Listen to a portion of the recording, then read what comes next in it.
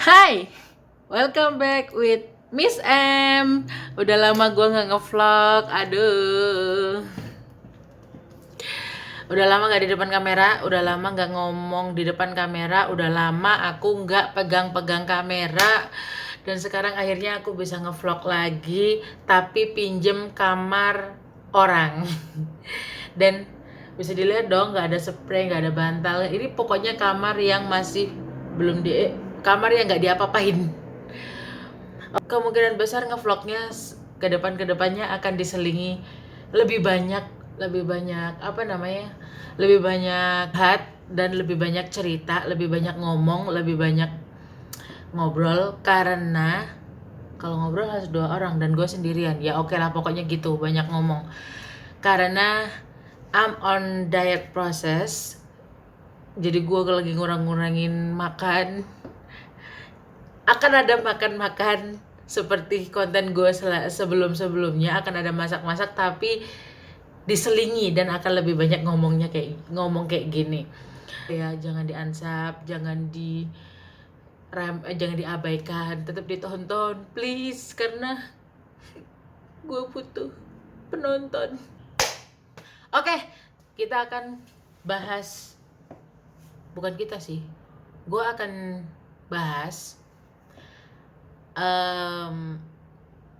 sekalipun gue belum jadi orang tua, belum jadi seorang ibu, tapi gue tahu di sekeliling gue banyak ibu-ibu hebat, ada emak-emak hebat, ada mama-mama hebat yang mendidik anaknya, yang membesarkan anaknya dengan berbagai cara dan dengan berbagai ilmu supaya anaknya jadi anak yang baik dan berguna bagi nusa dan bangsa. Tapi yang mau gue bahas kali ini adalah cerita seseorang yang mengatakan, ini gue samarin aja deh namanya ya, anggaplah namanya Lili. Jadi kalau kalian tahu vlog gue yang hashtagnya Daihatsu, Daily Curhat Hari Sabtu, nah itu isinya adalah curhatan seseorang dan atau curhatan gue sendiri gitu.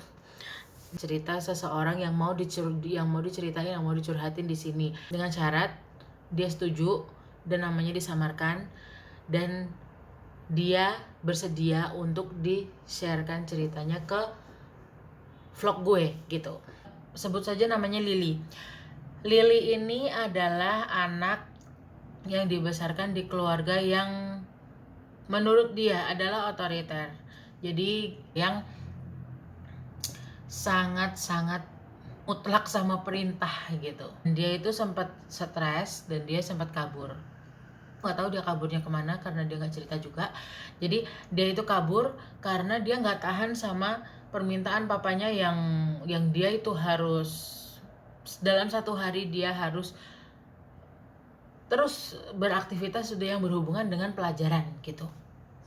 Nah, karena dia stres, karena dia nggak suka sama permintaan papanya itu, dia nggak suka sama kegiatan yang harus dia lakukan hari itu.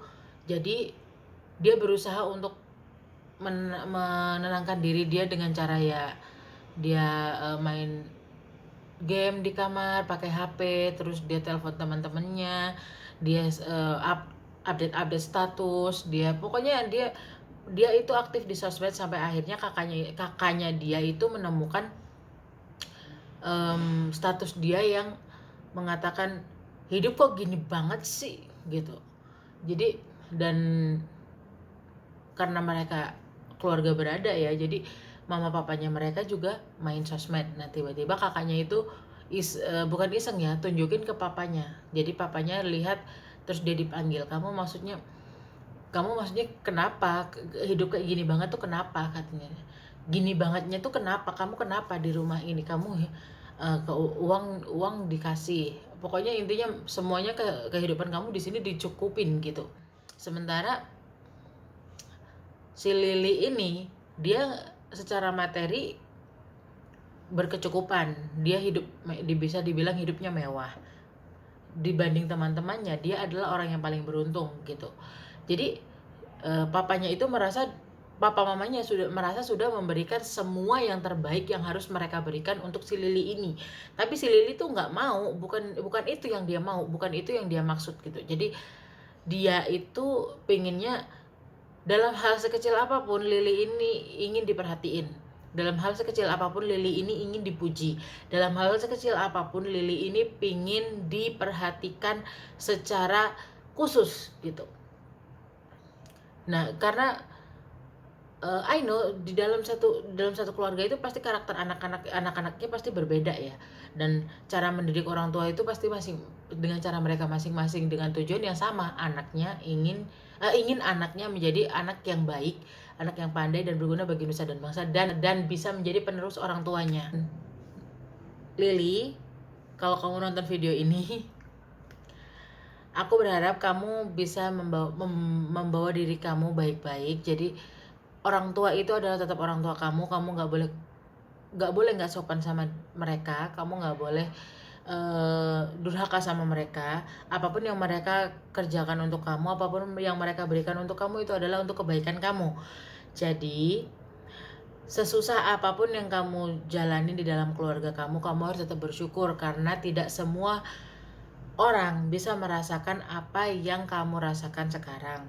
Kamu tidak tahu apa yang dialamin orang-orang di luar sana, yang belum tentu mereka makan 1 hari 3 kali, yang belum tentu mereka makan nasi 1 hari 3 kali, yang belum tentu dia bisa tidur di kasur yang empuk yang seperti kasur kamu. Anyway, aku ngomong begini karena aku bukan membela orang tua kamu, tapi ini adalah strategi untuk kamu bisa bertahan, untuk kamu bisa melewati hal ini. Dan kalau kamu bisa dan kalau kamu punya sesuatu yang bisa kamu tunjukkan untuk menarik perhatian keluarga kamu harus tunjukkan. Kamu tidak boleh sedikit-sedikit mengumbar itu di sosial media. Dan untuk mama papanya Lily, ini namanya aku samarkan. Untuk bukan cuma mama papanya Lily, untuk semua orang tua yang ada di luar sana, I'm so sorry, my apologies kalau ini kurang ajar, kalau ini menurut kalian kurang ajar, kalau ini menurut kalian gak sopan, kalau ini menurut kalian tidak, menurut kalian omongan aku ini gak bener. Tapi aku mau sharing untuk semua orang tua yang ada di luar sana, orang-orang tua hebat, orang-orang tua super yang bisa membesarkan anaknya dengan segala cara, dengan segala pengalaman dan pengetahuan.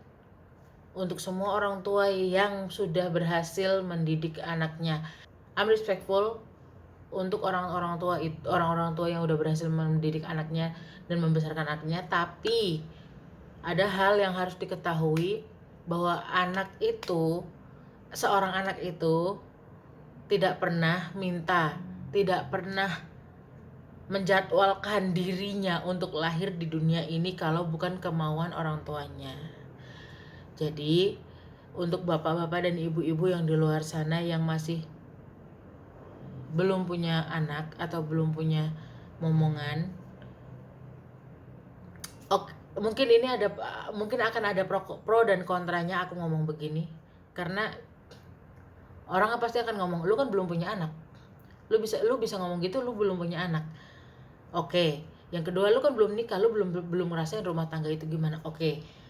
Saya terima, dan saya sudah minta maaf di awal untuk membagikan ini, men-share ini sebelum datang hujan. Tapi ada satu hal yang harus banget diketahui, bahwa seorang anak tidak pernah menjadwalkan dirinya ingin lahir di dunia ini di tanggal sekian, di bulan sekian, di tahun sekian, di hari bla bla bla.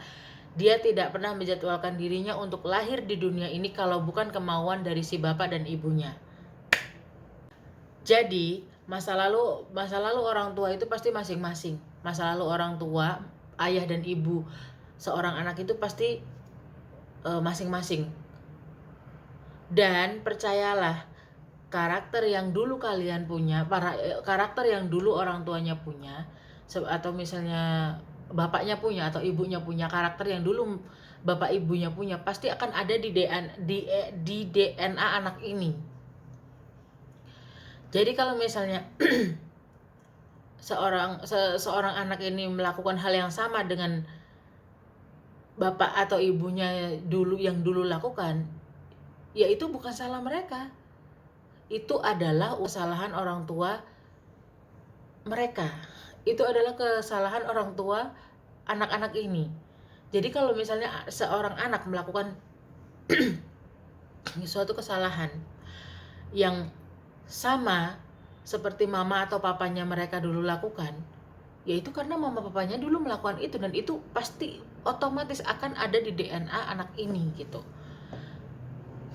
Dan kalau dulu kalian bisa melepaskan diri dari permasalahan itu dengan cara kalian, maka bantulah anak kalian yang sudah terjerumus atau udah masuk atau sudah terjeblos ke masalah itu untuk keluar. Seorang anak itu bukan cuma hanya butuh dia disekolahin. Mereka even nggak pernah bilang minta aku disekolahin dong di sekolah ini, aku mau lahir dong Seorang anak itu berhak disekolahkan oleh kedua orang tuanya. Seorang anak itu berhak dididik dan dipintarkan oleh kedua orang tuanya. Karena apa? Mereka datang ke dunia ini adalah atas permintaan kedua orang tuanya. Jadi kalau mereka udah lahir, mereka udah ada di dunia ini, mereka udah kalian besarkan, ya kalian berhak dong mensejahterakan hidup mereka. Kalian berhak mensejahterakan masa depannya dia, karena dia nggak pernah minta ada di dunia ini kalau kalian nggak bikin gitu loh. Saking mau meledaknya di pikiran gue sampai gue nggak bisa curahin gitu. Aduh. Jadi sekali lagi, anak-anak kalian itu bukan cuma butuh sekolah dikasih duit, disiapin bekalnya, disiapin makanannya, bla bla bla bla, tapi dia juga butuh komunikasi. Mungkin orang berpikir gini, sebuah keluarga yang udah bercerai itulah yang broken home. No. Kalau misalnya dalam satu keluarga itu udah nggak bisa berkomunikasi dengan baik, udah nggak bisa ngobrol dengan baik-baik, udah nggak ada rasa simpati satu sama lain, it's broke. Itulah yang dibilang rusak. Bukan hanya yang bercerai, yang pisah, mama papanya bercerai atau ditinggalin atau gimana. No. Rusak dalam kata, dalam bentuk lain pun ada gitu. Rusak itu banyak, rusak di komunikasi, rusak di relationship. Hormat komunikasi dan hubungan di dalam sebuah keluarga itu sangat dibutuhkan. Mungkin orang bakal, emang keluarga lo baik-baik aja? No, my family is not really fine. My family broke in communication. Keluarga gue itu memang nggak baik-baik aja. To be honest, keluarga gue nggak baik-baik aja. Keluarga gue rusak di komunikasi, dan selalu jadi permasalahan setiap kali berkomunikasi. Miskomunikasi, misunderstanding itu selalu ada. Tapi sebagai anak yang udah pernah tumbuh di keluarga yang nggak baik di komunikasi, gue jadi tahu dan gue jadi paham apa yang mereka rasain, apa yang mereka pengen ungkapin tapi nggak bisa, dan selalu aja di skat dengan larangan-larangan yang even kita nggak tahu kenapa kita dilarang gitu. Bahkan kadang-kadang kita jadi perbandingan gitu sama anak orang lain. Kenapa kamu nggak bisa jadi seperti dia? Kenapa kamu nggak bisa jadi seperti si A, si B, dan si C?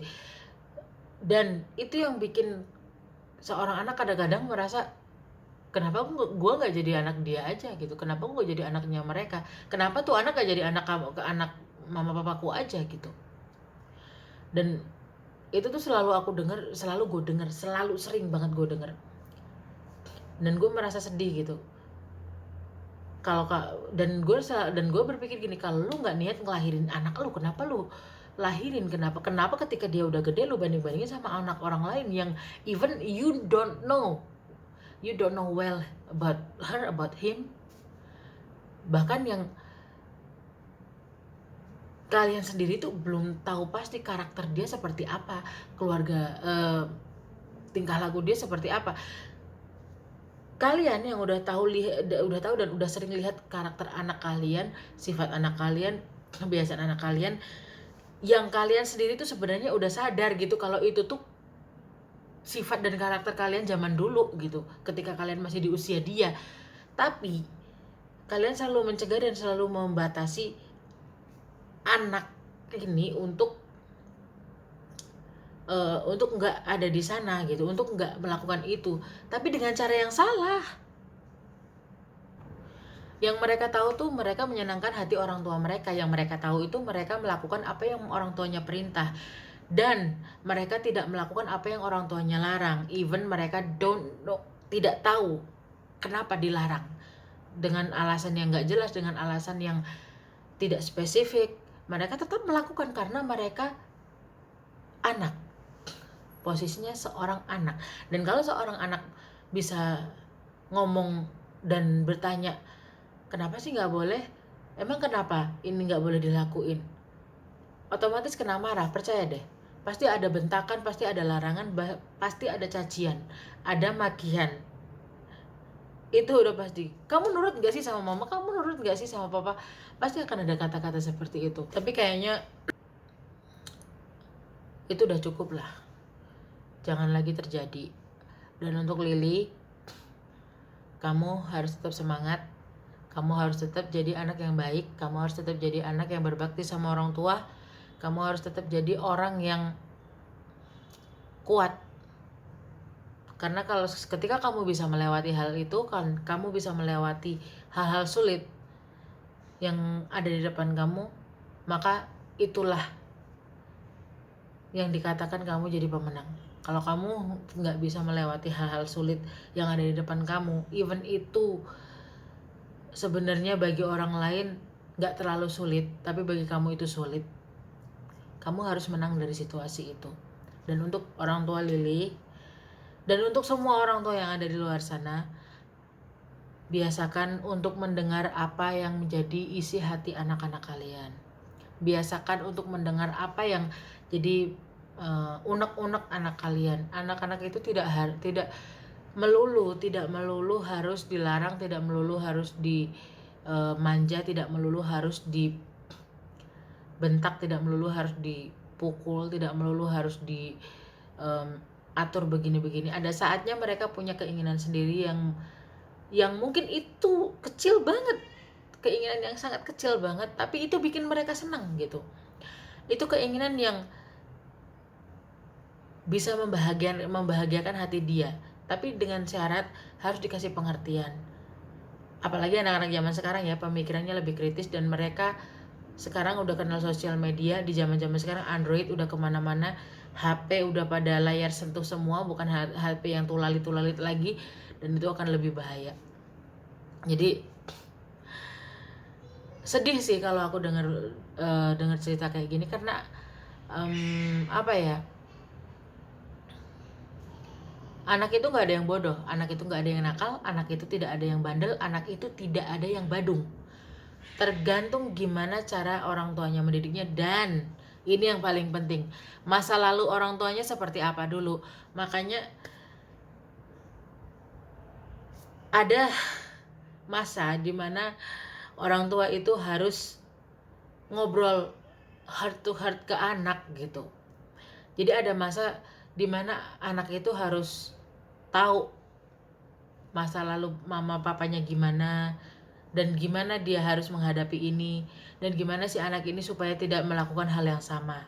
Dan si orang tua juga harus tahu keluhan anak ini apa, keluhan anak-anak di sekolah, di mana dia punya teman siapa, dia bergaul sama siapa. Dia jujur, ketika gue baca curhatan itu, gue teringat sama keponakan gue, dan gue merasa sebagai tantenya dia, gue udah gagal gitu, karena gue nggak bisa ada di samping dia. Dan you know, I told you before, keluarga gue not 100% very very good in communication.